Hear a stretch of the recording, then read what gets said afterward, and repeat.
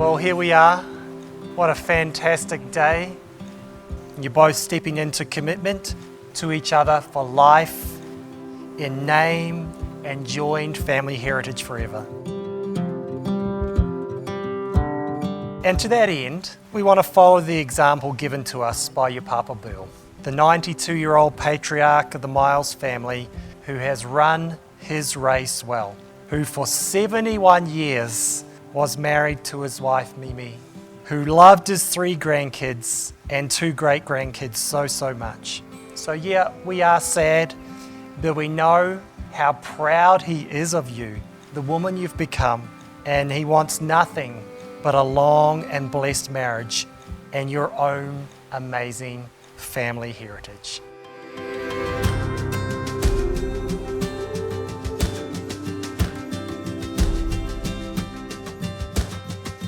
Anyone who knows Nikki knows what an amazing person she is in general, but she's also the best sister that anybody could ever ask for. She will make sure everyone else around her is happy before she thinks about her own happiness. There is a joy and a lightheartedness you feel when you're around Nikki. Since I can remember, always looked up to Nikki. Not only is she gorgeous, but I always wanted to be like her, look like her, dance like her. She was honestly like my role model. I do remember when they started dating in high school. I think I was like 9 or 10, and I just wanted to be that when I was in high school. She was a cheerleader, he was the captain and quarterback of the football team, and it was like, oh, perfect couple.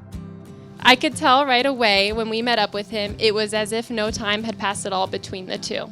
I am so thankful that Nikki has found you again, Mike. Someone who makes her laugh, puts her happiness first, and loves her unconditionally. It's emotional for me too, because this is the happiest I've seen my best friend in the world ever be. And when they did reconnect about 3 years ago or 2 years ago, whatever it was, my first question to him was never if, it was when.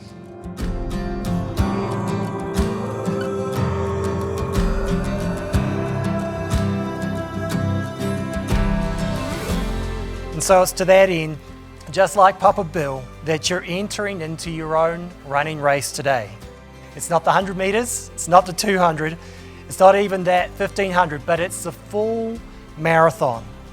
In any given race, there's that fast, frenetic start, all the yelling, all the cheering from everyone around the start line like you've got here today.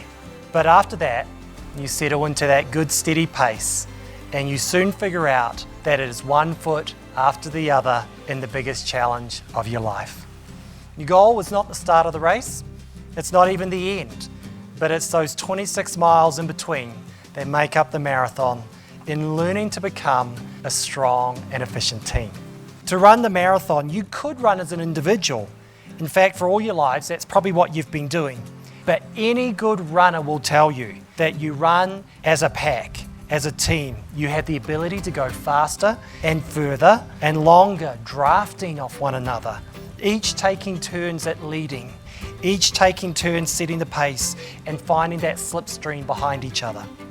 That third person in the marathon of your life is your family and your friends and your coach here. You have the love and support of all these people, and you also have a coach in God who loves you and wants the very best for you, so that you would know underlying peace that passes understanding, that you can trust that He designed for you the perfect race to run. Yes, there'll be tough times, yes, there'll be easy times, but you need to know with your support team, with God leading you, that you can get through those challenges no matter what. Though I walk through the valley of the shadow of death, your rod and your staff, they comfort me. And finally, so often we get focused on the race that we forget to enjoy the scenery along the way. So don't forget to enjoy life as it happens. So ready, Team Ferree, get ready for work, run as a team, follow the leading of your coaches, and enjoy the race as you go.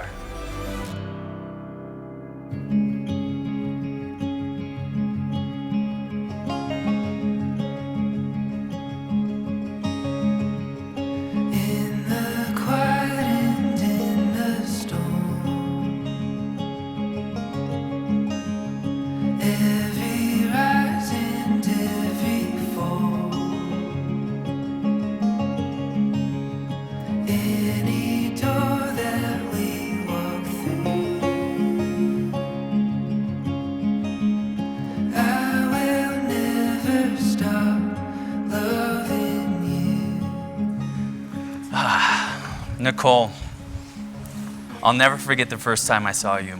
At 15 years old, I knew there was something extraordinary special about you. Little did I know that special was that you'd one day be my wife. That day, God started his plan for us to be husband and wife, life partners, and soulmates.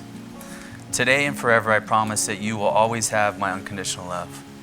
I promise to listen to you as long as it takes to make you feel heard, no matter how long, how many twists in the story you take. I will listen. I promise to never take your time, our time together for granted, and show you how much I love you for the rest of our lives. I promise to always know what you mean when you say, it's not about the pasta. I promise to take care of you, encourage you, and inspire you, asking you that you be no other than yourself.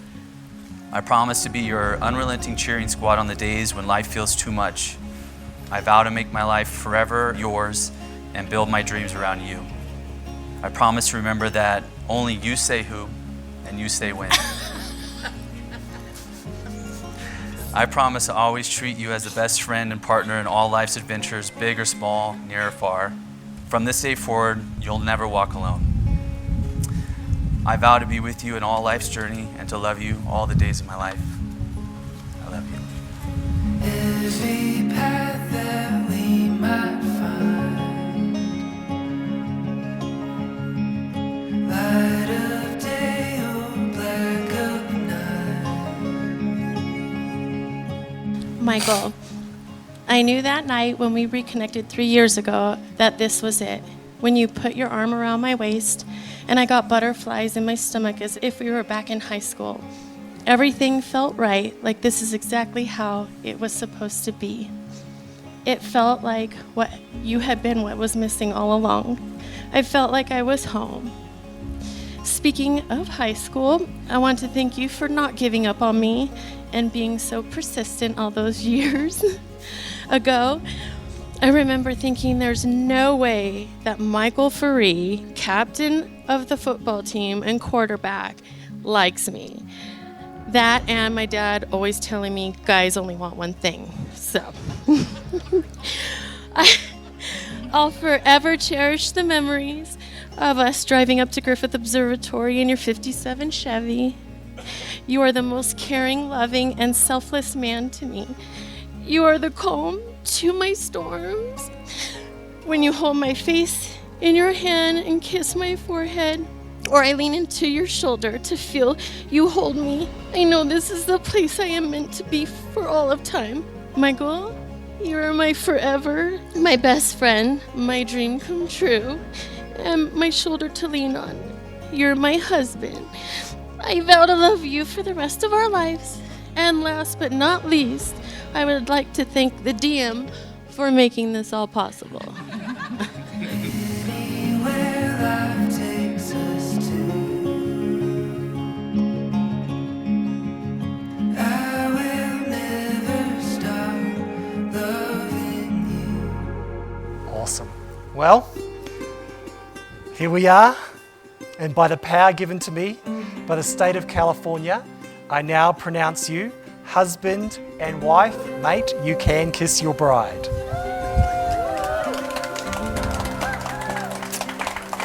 It is my absolute privilege and pleasure to introduce to you for the first time Mr. and Mrs. Michael and Nicole Ferree. When you walked into the room, I couldn't keep my eyes off of you. Was it make-believe or was it a dream? I've been waiting all my life. Feels like I've struck a gold mine. With your hand in mine, our love came alive. We've still got the rest of our lives. The rest of our lives. The rest of our lives. Oh, the rest of our lives. Nikki, I know the road hasn't always been easy for you, but your patience and unwillingness to settle has led you here. I'm so happy that you found your lobster and the one that you're gonna grow old with. Mike, thank you so much for loving my sister the way you do. She deserves it. And I'm so glad that she loves you the same way back. Sorry. I'm so glad to officially call you my brother-in-law, or as Addie says, Uncle Mike. And I just wish you two the most happiness, a life filled with laughter and love, and I love you guys. You two bring out the best in each other, and you have that young love that I think many couples lack. I am so happy to be here celebrating your marriage, and I can't wait to see what happens in the future. I'm the luckiest guy to have you as a son-in-law, and I mean that, not just because I'm standing up here. You are the calm in that young lady's life. And I asked her if it was okay can I say that? And she says, yeah, Dad, I'm thinking about saying the same thing, and I know it. You are. And Mike, I've liked you from the day I met you. Those are just the things you go through, I think, when you're a father. So I really want to welcome you to this family, and I hope you feel the same way about me. I'm sorry I can no longer intimidate you. I think it's the other way around now. I have to watch my words around you because you'll chew them up, you know, smart guy. And, you know, all good things come from the Lord. And this marriage, the Lord is loving, He's patient, He's kind, He's full of grace. But I believe He knew something a long time ago that we didn't know, that you guys didn't know, and it's come to pass. And so I'm thankful for that. And I do want to say this. I am the luckiest guy because I have 3 beautiful daughters and I have 3 wonderful son-in-laws, and I couldn't ask for more than that. We've still got the rest of our lives. The rest of our lives. The rest of our lives. Oh, the rest of our lives.